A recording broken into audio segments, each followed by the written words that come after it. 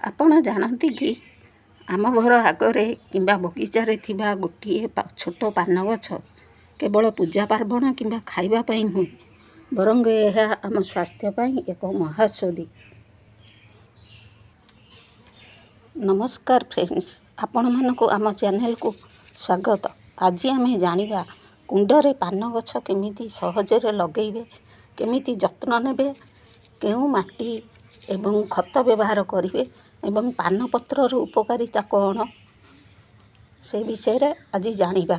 ତେବେ ଭିଡ଼ିଓଟିକୁ ଶେଷ ପର୍ଯ୍ୟନ୍ତ ଦେଖନ୍ତୁ। ପାନ ଗଛ ଏକ ଲତା ଜାତୀୟ ଗଛ। ଏହା ଗରମ ଓ ଆର୍ଦ୍ର ପରିବେଶରେ ଭଲ ବଢ଼େ। ସକାଳର ହାଲକା ଖରା କିମ୍ବା ଛାଇ ଥିବା ସ୍ଥାନରେ ଏହା ପାଇଁ ସବୁଠାରୁ ଭଲ। କୁଣ୍ଡର ତଳେ ଡ୍ରେନେଜ ହୋଲ୍ ଥିଲେ ପାଣି ଯିବା ପାଇଁ ବହୁତ ଭଲ ହୋଇଥାଏ। ଯଦି ଆପଣ ନୂଆ ଗଛ ଲଗାଉଛନ୍ତି, ତେବେ 6ରୁ 8 ଇଞ୍ଚର କୁଣ୍ଡ ବା ଜାରରୁ ଆରମ୍ଭ କରିବା ଏକ ଭଲ ବିକଳ୍ପ। ଯେପରି ଆପଣ ଦେଖିପାରୁଛନ୍ତି, ମୁଁ ଏଠାରେ ଗୋଟିଏ 6 ଇଞ୍ଚର ଜାର୍ ବ୍ୟବହାର କରିଛି। ପାନ ଗଛର ଚେର ବହୁତ ଶୀଘ୍ର ବଢ଼ିଥାଏ, ତେଣୁ ଗଛଟି ଟିକିଏ ବଡ଼ ହୋଇଗଲେ ଆପଣ ଏହାକୁ 10ରୁ 12 ଇଞ୍ଚର କୁଣ୍ଡକୁ ସିଫ୍ଟ କରିପାରିବେ। କୁଣ୍ଡର ତଳେ ପାଣି ବାହାରିବା ପାଇଁ ଏହିପରି ଛିଦ୍ର ବା ଡ୍ରେନେଜ ହୋଲ୍ ଥିବା ଦରକାର। ଏବେ ମାଟିର କଥା କହିବା।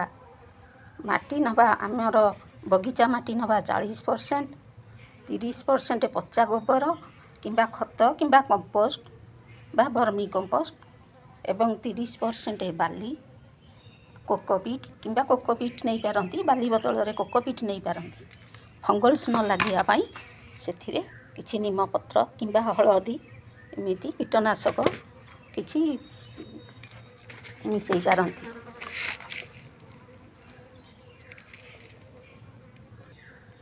ଏହି ମିଶ୍ରଣରେ ମାଟି ନରମ ରହେ ଏବଂ ପାଣି ଜମି ରହେ ନାହିଁ। ପାନ ଗଛ ସାଧାରଣତଃ ଡାଳ କଟିଂରୁ ଲଗାଯାଏ। ଏକ ସୁସ୍ଥ ଡାଳକୁ କାଟି ମାଟିରେ ଲଗାନ୍ତୁ। ଆରମ୍ଭରେ ମାଟିକୁ ହାଲୁକା ଭିଜା ରଖନ୍ତୁ, କିନ୍ତୁ ଅଧିକ ପାଣି ଦିଅନ୍ତୁ ନାହିଁ। ଫ୍ରେଣ୍ଡସ୍, ଯଦି ଏପର୍ଯ୍ୟନ୍ତ ଭିଡ଼ିଓଟି ଆପଣଙ୍କୁ ଭଲ ଲାଗୁଛି, ତେବେ ଗୋଟିଏ ଲାଇକ୍ କରିଦିଅନ୍ତୁ। ଆପଣଙ୍କ ପାନ ଗଛ ଅଛି କି ନାହିଁ ଥିଲେ କମେଣ୍ଟରେ ନିଶ୍ଚୟ ଜଣାନ୍ତୁ। ଆଉ ଏଭଳି କିଚେନ୍ ଓ ଗାର୍ଡ଼େନିଂ ଭିଡ଼ିଓ ଦେଖିବା ପାଇଁ ଆମ ଚ୍ୟାନେଲକୁ ସବସ୍କ୍ରାଇବ୍ କରି ବେଲ୍ ଆଇକନ୍କୁ ଦବାଇ ଦିଅନ୍ତୁ।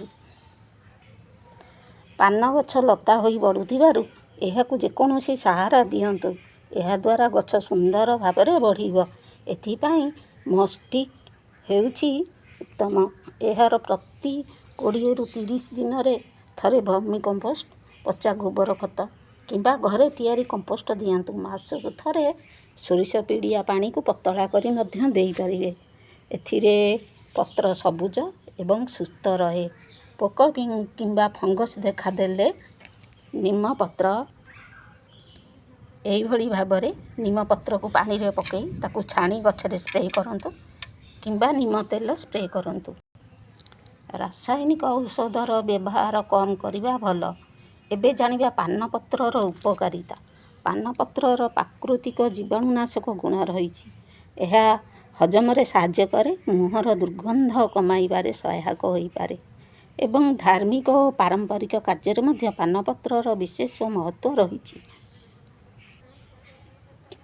ଯଦି ଭିଡ଼ିଓଟି ଭଲ ଲାଗିଥାଏ, ନିଜ ସାଙ୍ଗମାନଙ୍କ ସହ ସେୟାର କରନ୍ତୁ ଏବଂ କମେଣ୍ଟରେ ନିଶ୍ଚୟ ଲେଖନ୍ତୁ ଆପଣ ପରବର୍ତ୍ତୀ ଭିଡ଼ିଓ କେଉଁ ଗଛ କିମ୍ବା କେଉଁ ରେସିପି ଉପରେ ଦେଖିବାକୁ ଚାହୁଁଛନ୍ତି। ଆପଣଙ୍କ ପ୍ରତ୍ୟେକ କମେଣ୍ଟ ମୋତେ ନୂଆ ଭିଡ଼ିଓ ବନେଇବାକୁ ପ୍ରେରଣା ଦେବ। ଧନ୍ୟବାଦ। ପୁଣି ଦେଖା ହେବ ପରବର୍ତ୍ତୀ ଭିଡ଼ିଓରେ।